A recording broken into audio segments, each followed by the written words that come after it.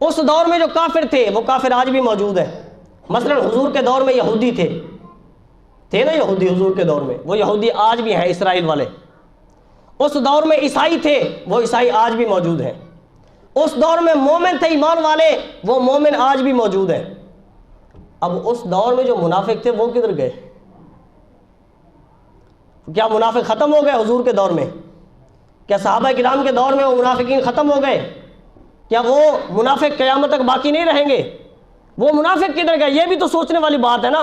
اس دور میں جو کافر تھے وہ آج بھی کافر موجود ہیں، جو مومن تھے اس دور میں وہ مومن آج بھی موجود ہیں، اور جو منافق تھے وہ کدھر گئے؟ یقینی طور پر منافق بھی آج موجود ہیں.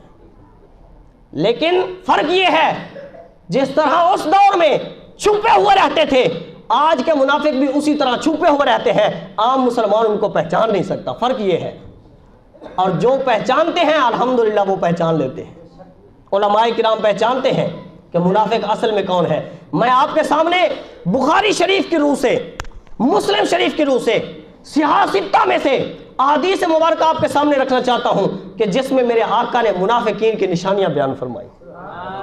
ایک عام بندہ جس کو اللہ نے عقل عطا فرمائی، جس کو اللہ نے سوچ عطا فرمائی، فکر عطا فرمائی، وہ بھی ان نشانیوں کو پڑھ کر سمجھ سکتا ہے کہ منافق کون ہے.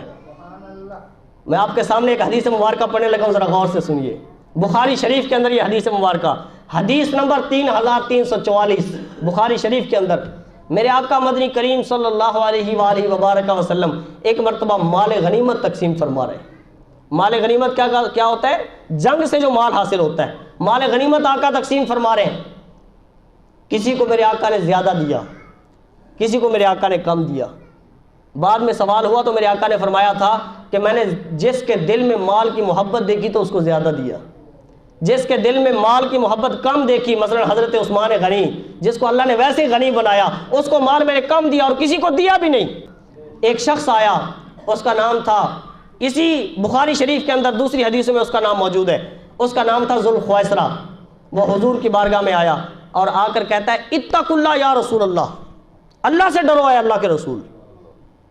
اب حضور کو معاذ اللہ وہ اللہ سے ڈرا رہا ہے، یعنی کہ وہ کہہ رہا تھا کہ انصاف کرو، مال جب بانٹ رہے ہیں تو سب میں برابر تقسیم کرو، کسی کو زیادہ کسی کو کم، کسی کو نہ دینا، ایسا کیوں کر رہے ہیں؟ میرے آقا نے فرمایا خدا تجھے غارت کرے، اگر میں اللہ سے نہیں ڈروں گا تو اللہ سے ڈرے گا کون؟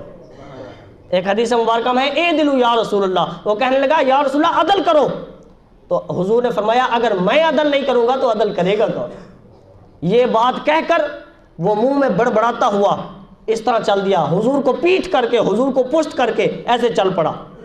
اور جب چلا تو پیچھے سے دو روایتیں ہیں حدیث مبارکہ کی.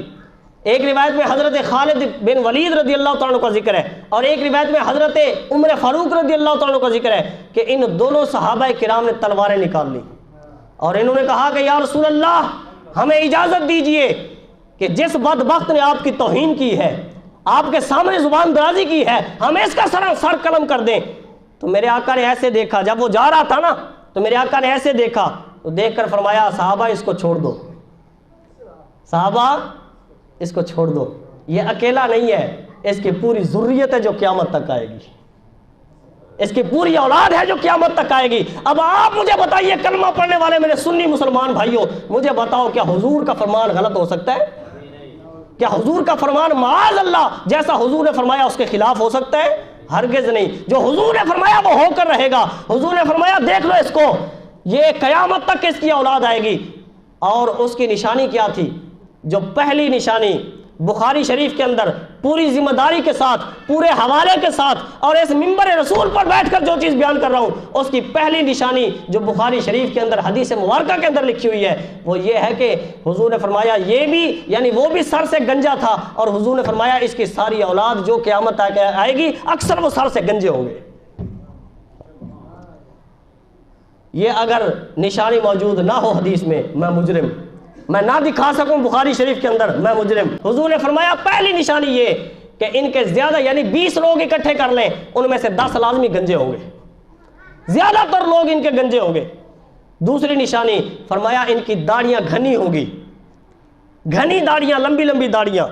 تیسری نشانی ان کی آنکھیں دھنسی ہوئی، ان کے چہرے ایسے ابھرے ہوئے، ان کے ماتھے جناب والا چوڑے ہوں گے۔ اور ایک بڑی نشانی آپ کے سامنے بیان کروں، وہ جب چلا تھا نا ایسے ذوالخویسرہ نامی شخص منافق، جب ایسے چلا تو اس نے جو تہمت باندھا ہوا تھا، جو چادر باندھی ہوئی تھی، وہ چادر آدھی پنڈلی تک تھی، یعنی ٹخنوں سے بہت اونچی تھی، آدھی پنڈلی تک اس کی چادر تھی۔ تو فرمایا ان کی شلواریں، ان کی چادریں آدھی پنڈلی تک ہوں گی، سر سے گنجے ہوں گے، یہ قیامت تک آئیں گے۔ پھر حضور نے دوسری حدیث مبارکہ کا خلاصہ، حضور نے فرمایا یہ قرآن پڑھیں گے۔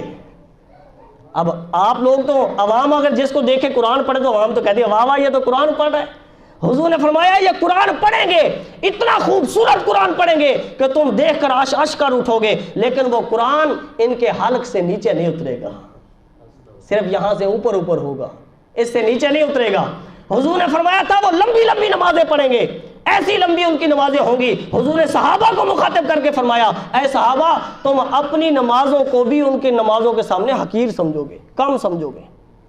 تو بتائیے جو حضور نے نشانیاں بیان فرمائیں وہ منافق قیامت تک رہیں گے یا نہیں رہیں گے؟ ان کی نشانیاں حضور نے واضح فرما دیں۔ اچھا اب بھی ہمارے بعض مسلمان کہتے ہیں یار ہمیں پتہ نہیں چلتا، ادھر بھی داڑیاں ہیں ادھر بھی داڑیاں ہیں، ہاں جی ادھر بھی نمازیں ہیں ادھر بھی نمازیں ہیں، ادھر بھی قرآن ہے ادھر بھی قرآن ہے، ادھر بھی حدیث ہے ادھر بھی حدیث ہے، جناب والا سب کچھ ایک ہے، ہمیں پتہ نہیں چلتا۔ میں کہتا ہوں یار چلو بالفرض میں نے اتنی نشانیاں واضح کر دی، قرآن و حدیث میں اور بھی نشانیاں ہیں، لیکن پھر بھی اگر تمہیں پتہ نہیں چلتا تو چلو یار جس کو پتہ چلتا ہے اس کی ہی مان لو۔ اب میں ایک مثال دوں، ایک شیشی کے اندر شہد ہے، ایک شیشی کے اندر جناب والا زہر ہے۔ اب عام بندہ کہتا ہے یار مجھے پتہ نہیں چلتا کہ زہر کون سا ہے اور شہد کون سا ہے۔ ارے بھائی اگر تجھے پتہ نہیں چلتا تو جو بندہ تمہیں بتا رہا ہے کہ یہ زہر ہے پھر کیوں زہر کو چکھتے ہو جا کر؟ پھر لازمی چکھنا ہے تم نے۔ ایک بندہ کہتا ہے یار مجھے پتہ نہیں چلتا کون سی دوا میرے لیے فائدہ مند ہے اور کون سی نقصان دہ ہے، فائدہ مند دوائی کون سی ہے اور نقصان دہ کون سی ہے۔ ارے بھائی تجھے نہیں پتہ چلا تو ڈاکٹر صاحب سے پوچھ لو۔ اب ڈاکٹر صاحب کو پتہ ہے، کیوں جی ڈاکٹر صاحب، اگر ڈاکٹر صاحب کو پتہ ہے کہ یہ دوائی فائدہ مند ہے یہ دوائی نقصان دہ ہے تو پھر اسی کی بات کو مان لو۔ اگر تمہیں پتہ نہیں چلتا کہ منافق کون ہے تو جو تمہیں بتا رہا ہے پھر اسی کی بات کو مان لو، جو جانتا ہے پھر اسی کی بات کو مان لو نا۔ کس نے کہا کہ گھس گھس کر بیٹھو جا کر ان کی بات سنو؟ ہرگز نہیں۔ میں نے 2 جمعے پہلے بھی یہ بات عرض کی تھی کہ ہمارے علماء اہل سنت فرماتے ہیں ہم قرآن اسی سے سنیں گے جو اپنا ہوگا، ہم حدیث پاک اسی سے سنیں گے جو اپنا ہوگا۔ بات سنیے، قرآن وہی ایک ہے، حدیث وہی ایک ہے، اسلام وہی ایک ہے، دین وہی ایک ہے، لیکن اگر یہ قرآن آپ قادیانی سے پڑھیں گے میں دعوے سے کہتا ہوں آپ قادیانی ہو جاؤ گے۔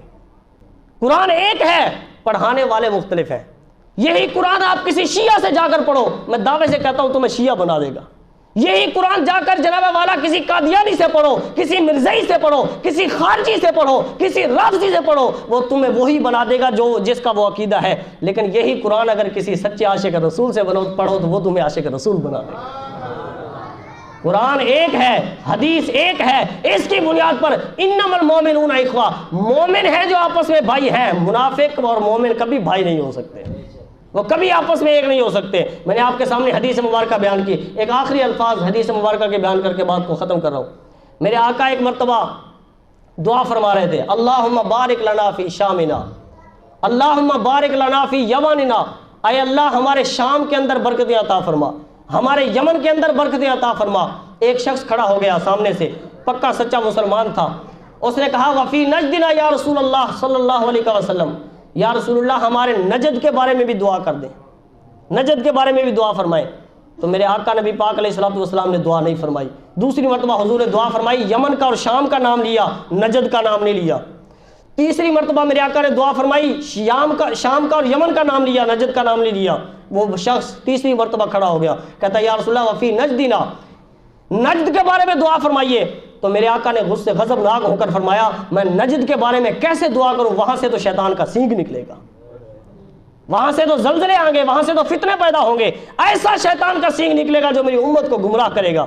حضور نے فرمایا یہ جو نجدی، یہ جو خارجی، یہ جو منافق ہوں گے یہ قیامت تک ہوں گے، یہ قرآن پڑھیں گے، لوگوں کو قرآن کی طرف بلائیں گے، لیکن حقیقت میں ان کے پاس قرآن یہاں سے اوپر ہوگا، یہاں سے نیچے نہیں اترے گا۔